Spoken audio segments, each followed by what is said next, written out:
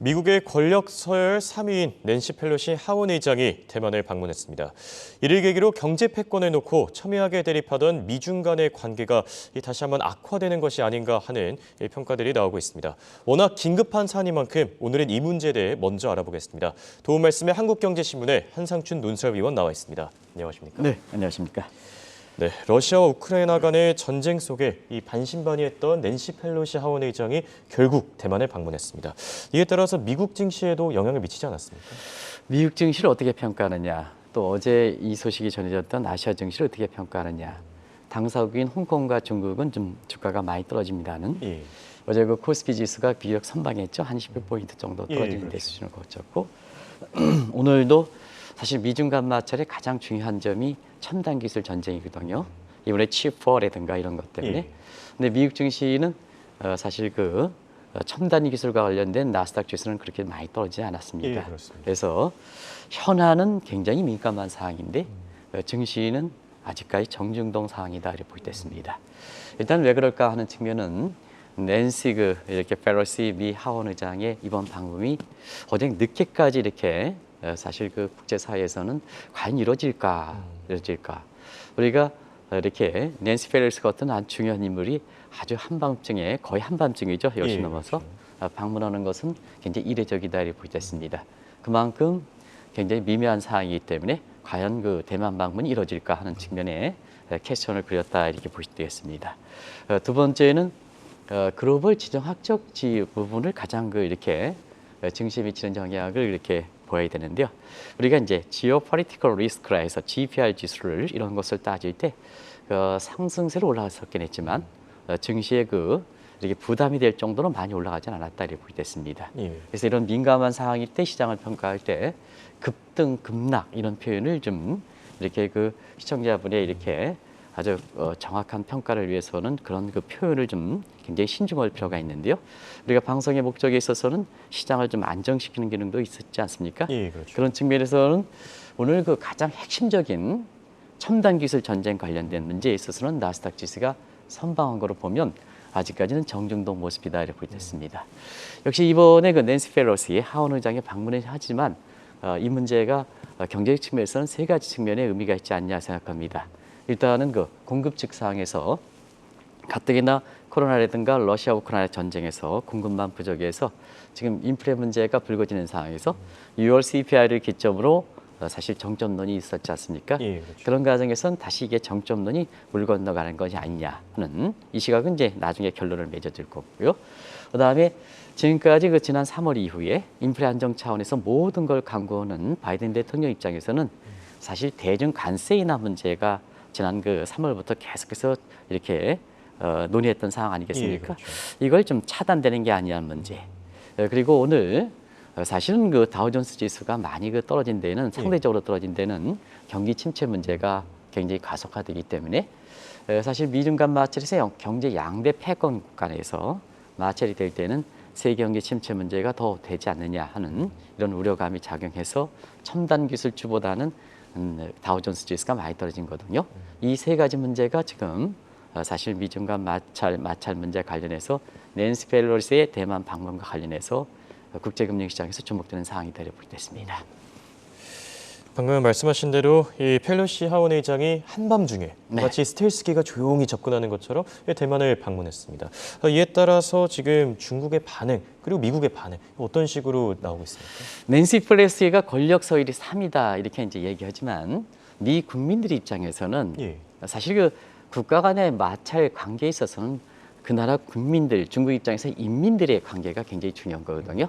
그런 차원에서 낸시 펠로시의 입장을 보겠습니다. 사실은 미의 국민들의 표심을 작용하는 데 있어서는 대통령이 중요하지만 대통령이 제 역할을 못할 때는 지지도가 많이 떨어지죠. 바이든 대통령이. 낸시 펠로시가 국민을 상징한다 이렇게 보게 됐습니다. 단지 권력 3위라 이런 것은 중요한 게 아니고 지금 상태에서 관계할 때 국민들의 입장을 굉장히 중요하거든요. 그런 측면에서 어떻게 보면 하원은 상원과 달리 국민의 입장을 대변해주고 지역별로 골고루 대변하기 때문에 사실 지금 상태에선 낸시 펠로시가 대만 방문하는 것이 굉장히 민감하게 중국 입장에서는 받아들일 수밖에 없지 않냐 생각합니다. 그리고 또 시기적으로 보면 1997년 뉴트 깅그리치가 사실 그 대만을 방문했는데요. 이때 홍콩이 영국과 함께 반환원 조인식이 있었던 날이거든요. 예. 비슷한 날이기 때문에 역사적으로 보더라도 굉장히 중요한 그 시점이다 이렇게 볼 수 있습니다. 또 한 가지는 낸시 펠로시 같은 경우에는 그동안 천안문 사태라든가 이런 거 볼 때 양국 간의 마찰에 있어서 보면 중국 입장에서 굉장히 꺼리는 인물입니다. 그것이 이제 낸시 펠로시의 입장에 대해서 굉장히 중국 입장에서 민감하게 그 대응하는 거고요. 또 시기적으로 보면은 지금 서로가 밀릴 수는 없죠. 왜냐하면 11월 달 미국의 중간 선거 있고, 예. 그다음에 10월 달에 사실 그 공산당 대회가 있는 입장에서 이렇게 보면 사실 나중에 말씀드리겠으나 시기적으로 서로가 밀릴 수 있는 입장은 아니죠. 그리고 지금 러시아와 우크라이나 간에서 전쟁이 사실 상반기에 지정학적 위험을 이렇게 좌우됐는데요. 하반기에도 인도와 중국 간의 이렇게 국경 분쟁 문제에 이어서 사실 동아시아 문제에 있어서 보면 대만 문제 이것이 남북 간의 관계로 이렇게 연결될 수 있는 소지거든요. 예. 그런 측면에서 굉장히 이번에 방문은 이렇게 경제보다는 정치 군사적으로 굉장히 의미가 있다 이렇게 보겠습니다. 우리 입장에서도 새 정부 들어서 사실 우리의 그 국방, 안보와 경제는 분리할 수 없다 하는 문재인 정부와 다른 시각에서 북한과의 관계에서 새로운 관계로 뭐 악화된다 표현을 보다는 예. 새로운 관계를 모색하는 과정에서 이번에 낸시 펠로시에 의해서 동아시아의 관계가 어떻게 설정하느냐 문제에 있어서는 남북 문제는 지금 종전이 아니라 휴전 상태이기 때문에 우리보다는 사자 틀내, 육자 틀내, 뭐 사자라든 경제는 잘 아실 겁니다. 틀내에 있기 때문에 이 대만의 이렇게 문제에서 미중 간의 문제는 동아시아의 질서 저편 관련해서도 남북 관련해서 중요한 사항이다 이렇게 보겠습니다. 그런 측면에서 어제 그 한국의 코스피 지수가 12포인트 정도뿐이 떨어진 지 않은 데는 동아시아 국가가 이 문제로 인해서 급락했다 이런 표현은 자제할 필요가 있는 것이 아닌가 하는 이런 것이 아까 현안에 비해서 증시는 어떤 입장으로 받아들이느냐 하는 이 측면을 말씀드린 거거든요. 그런 것을 오늘 한번 시청자분도 이 문제에 대해서는 뭐 저보다 더 훌륭하시니까 한번 같이 평가해 보는 자리를 가겠습니다. 지금 뒤에 그림에서도 볼 수 있듯이 펠로시 하원 의장 대만을 방문했습니다. 이에 따라서 바이든 행정부의 이 대중 정책을 다시 한번 확인할 수 있었다. 이런 시각도 있지 않습니까? 네, 사실은 그 미국이 인플레를 안정 차원에서 대중 관세 인하 문제를 이렇게 3월부터 검토해왔기 때문에 예. 미중 관계가 좀 개선되는 게 아니냐 하는 입장에서 낸시 펠로시의 이번 방문을 계기로 해서 바이든 정부 출범 초기에 중국에 대한 관계가 다시 한번 확인했다 이렇게 보겠습니다. 그런 측면에서 바이든 정부 출범 이후에 중국과의 그 관계를 한번 보도록 하겠습니다. 예. 지금 바이든 정부가 출범한 지 1년 7개월 맞고 있죠. 한마디로 두 단어입니다. back, 다시 미국이 돌아왔다. 아메리카 is back 해서 팍스 아메리카를 재편하겠다는, 복원하겠다는 문제. 예. 근데 거기에 걸림돌이 차이나니까 뭐든지 대외 관계에 있어서는 중국을 중심으로 해서 back과 차이나 중점이죠. 요걸 이제 경제적 측면을 한번 보겠습니다. 경제적 측면에서는 아무래도 미래 경제 패권 다툼이니까 첨단 기술 전쟁이 되겠죠. 그래서 첨단 기술 전쟁에서 아시겠습니다는 쿼드러플 구상 나중에 좀 말씀드리겠습니다. 예. 미래 국부 사원에서 첨단 기술 관련해서 바이든 정부가 얼라이언스 이번에 대만 방문에서 이 얘기가 나오죠. 얼라이언스 배럴 체인 아마 치프 4 해서 나중에 좀 말씀드리겠습니다는 그 문제 관련해서 맥락을 같이 한다 이렇게 보겠습니다. 그리고 또 한 가지는 얼라이언스 배럴 체인은 중국이 사실 반도체 굴기라든가 이런 측면을 해가는 소위 제조업 2025 계획과 정면으로 충돌하는 문제거든요. 이런 문제가 이제 낸시 펠로시의 TSMC가 있는 대만을 방문을 계획해서 다시 한번 이게 부각되는 사항이다 이렇게 보겠습니다.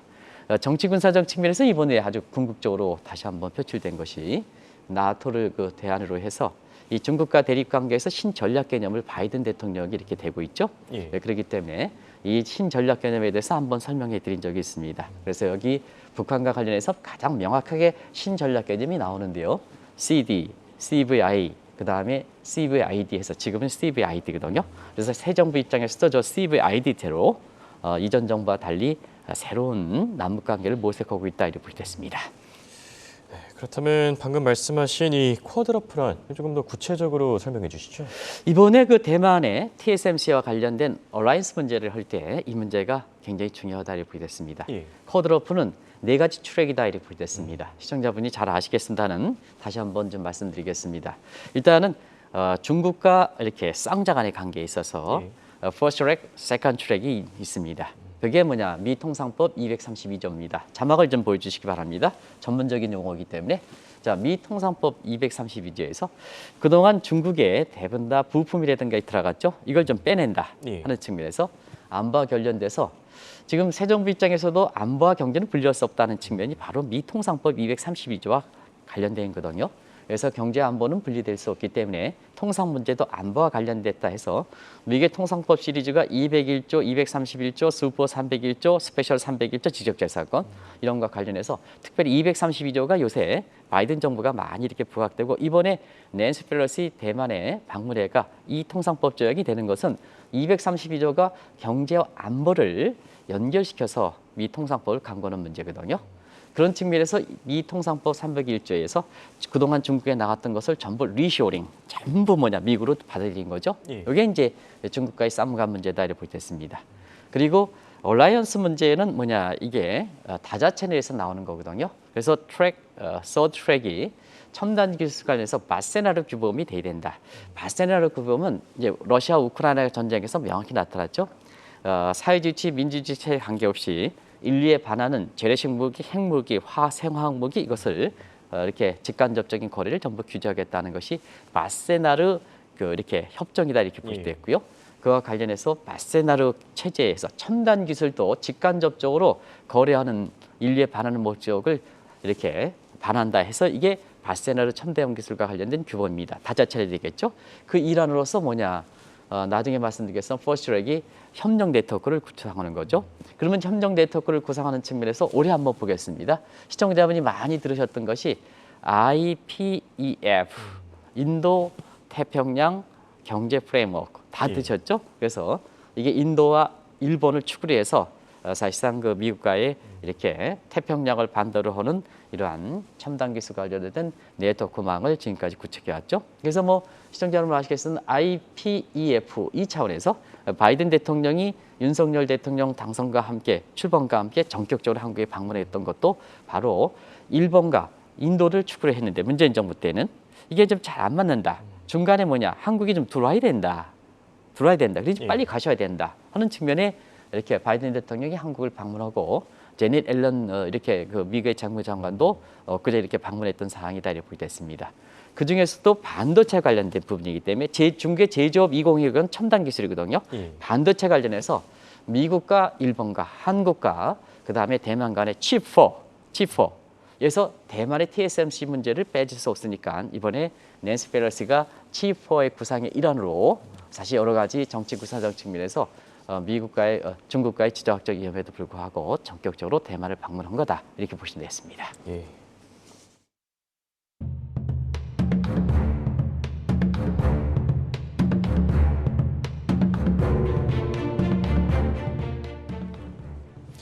지금 가장 큰 관심사가 그렇다면 중국이 과연 어떤 식의 대응을 할 것이냐인데 지금 어느 때보다 좀 민감한 반응을 보이고 있지 않습니까? 네.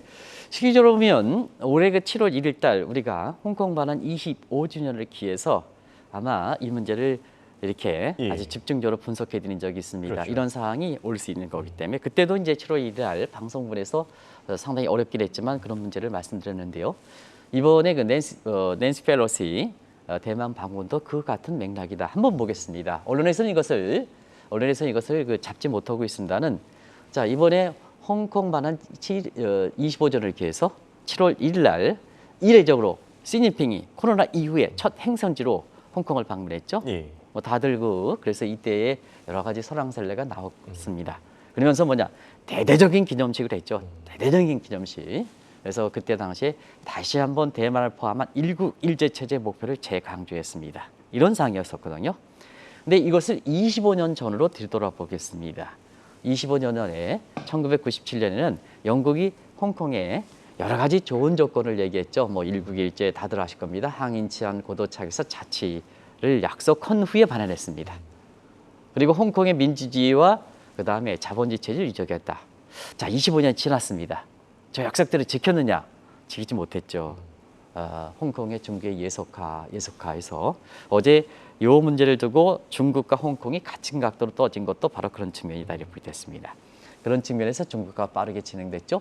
이런 상태에서 사실 중국이 미국 입장에서도 달러 폐기제를 실시한 만큼 사실 기득권 측면에서는 홍콩을 버릴 수 없는 것이 미국의 입장이지 않습니까? 어떻게 보면 달러 폐기제라는 것은 2차 세계대전 이후에 달러 중심 체제, 브레튼 우즈 체제, 미국 이외의 영역에서 달러 폐기제를 실시하는 국가가 이렇게 홍콩이 유일했거든요. 이게 이 달러 폐기제를 포기한다 하는 입장에서는 경우에 따라서는 사실 달러 중심 체제, 브레튼 우즈 체제의 균열을 가하는 상징적인 되기 때문에 미국 입장에서는 굉장히 방관할 수가 없었던 상황이죠. 이게 역사적으로 딱 25년의 틀과 딱 맞물리다 보니까 낸시 펠로시의 이번 방문에 대해서는 지난 7월 1일 날 홍콩의 통합, 시진핑의 대대적인 시황제결의 대관식을 앞두고 사실 중국의 인민들을 구속시키는 이렇게 통합시키는 이런 행사에 어떻게 보면 간접적인 측면에서의 어떤 저항감, 미국의 입장을 반영한다는 측면에서 국제사회에서도 향후의 향로에 대해서 굉장히 관심이 되는 상황이다 이렇게 보게 됐습니다.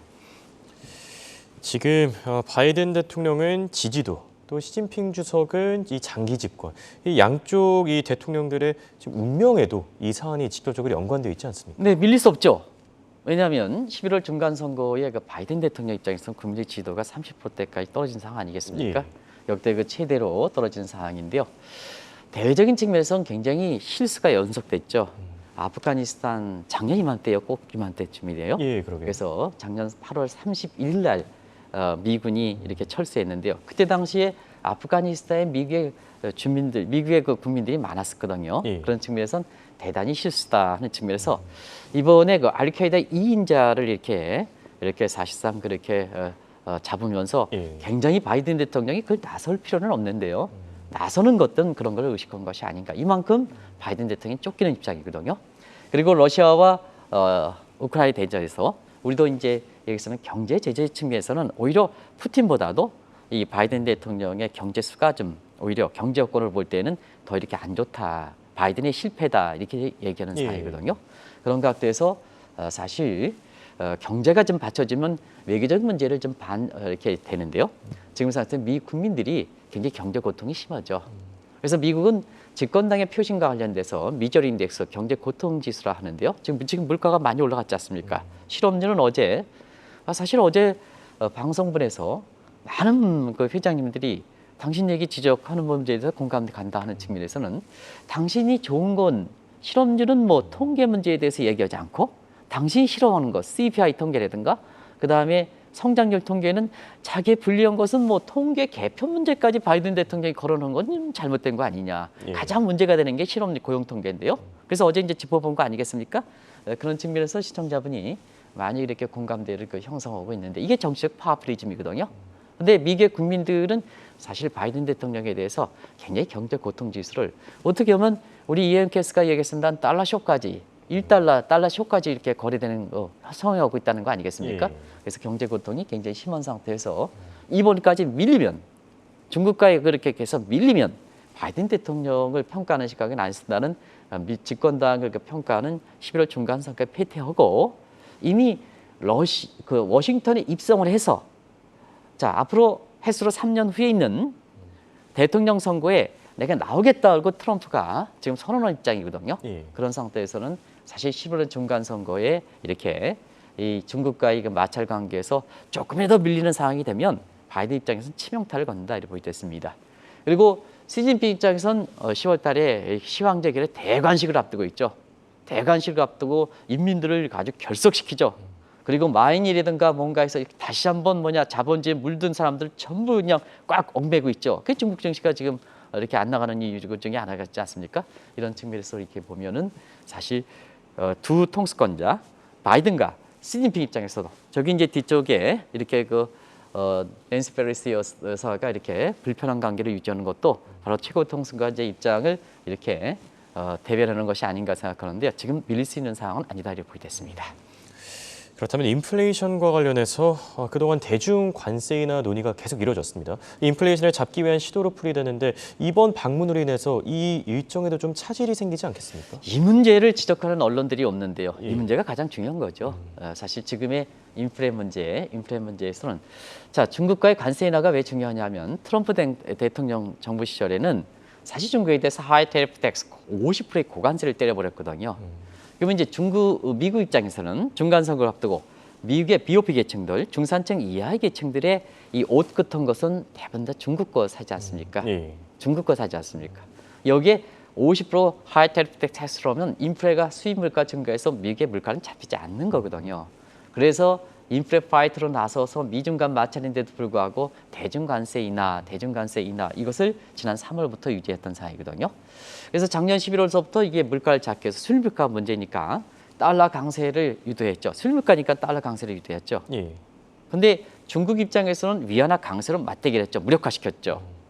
그런 상태에서 우리가 이렇게 이 대중 관세 인하 문제에 대해서는 이건 바이든 대통령의 고위직책 속에 궁여지책 속에 나온 거지만 이렇게 협력 가능성이 없다 하는 쪽으로 아마 이 문제도 이렇게 지적해 드렸는데요. 이번에 사실 낸시 펠로시 하원 의장의 그 방문을 계기로 해서 이 문제가 별도의 사실 별도 차원에서 이 문제를 해야 될 것인지 연계돼서 물 건너갈 것인지 하는 측면도 향후 증시와 관련해서 앞으로 나오니까 미국의 오늘 그 증시 입장에서는 첨단 기술의 나스닥이라든가 이런 측면에서는 그렇게 주가가 많이 떨어진 거 아니거든요. 급락하겠다 이렇게 표현을 안 되는 거거든요. 그만큼 뭐냐 지금까지 지난 한 달 동안 나스닥 지수가 12% 올랐으니까 당연히 조정받는 건 되는 거죠. 그런 측면에서 이런 문제를 가지고 이 시청자분한테 그냥 굉장히 급락했다 이런 표현을 쓰면 안 된다 이렇게 보시되 있습니다. 그런 측면을 한번 이런 것이 명확하게 나오게 될 경우에는 증시의 반응을 좀 이렇게 볼 수가 있지 않느냐, 평가해 볼 수 있지 않느냐 생각합니다. 그래서 시청자분한테는 지금은 좀 정중동, 전중동에서 이걸 바라보는 시각이 중요하다는 걸 말씀드리겠습니다. 대중관세와 관련해서는 조금 더 지켜봐야 될 것 같고 끝으로 이번 방문을 계기로 앞으로 미중 간의 관계는 어떻게 되겠습니까? 네. 지금 뭐 미중 간의 문제는 뭐 본질적으로 똑같죠. 2차 세계대전 이전에 미국 중심의 팍스 아메리카 체제에 대비해서 새롭게 중국 중심의 시니카에서 바이든과 그다음에 최고 통수권자인 시진핑 간의 대리전 양상을 보이고 있다고 보겠습니다. 지금 현재는 서로 팽팽하게 맞서죠. 제가 2007년, 2008년 닐 퍼거슨 교수를 월가에서 만났는데요. 젊으신 분이죠. 이제 경제사를 굉장히 정하는 상태에서 이번에 이제 그때 당시는 닐 퍼거슨 교수가 차이나 플러스 아메리카에서 차이메리카라는 용어를 대는데요. 바로 그런 예상이 아주 들어맞고 있습니다. 지금 경제 패권에서 보면 미국과 중국 간의 공존 모습이거든요. 패권 다툼은 시청자 여러분, 패권 다툼 마찰 일면에 다른 측면에서 국익적 측면에서 협력이라는 것도 같이 겸해야 됩니다. 이걸 패권 마찰을 결판을 내면 사실상 국제관계는 이렇게 형성되지 않는 거거든요.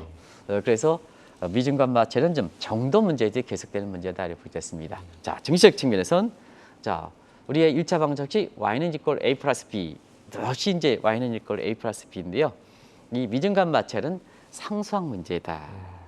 그래서 이제 상수항 문제에서 러닝 바이, 에로 교수가 얘기했던 러닝 바이 튜닝에서 많이 예대하다 보니까 이렇게 낸시 펠로시 현안적인 측면에서 민감한데도 불구하고 증시 참여자 입장에서는 많이 체화되어 있기 때문에 많이 훈련이 됐기 때문에 주가에 반영하는 것은 어제 코스피 12포인트, 오늘 첨단 기술 문제 전쟁에서 가장 본질적 문제인데 나스닥이라든가 나스닥이 포함된 S&P는 그렇게 주가가 크게 떨어지지 않는 상황이다. 이렇게 이제 보시면 되겠고요. 좀 지켜보면서 이 문제를 파악하는 게 중요하다. 너무 마찰됐으니까 주가가 떨어진다, 급락이다 이런 상황으로 얘기를 평가하면 안 된다는 걸 말씀드리겠습니다. 네, 사안이 또 중대한 만큼 당분간 좀 천천히 신중한 자세로 지켜볼 필요가 있을 것 같습니다. 지금까지 도움 말씀에 한상춘 논사위원이었습니다. 감사합니다. 네, 고맙습니다.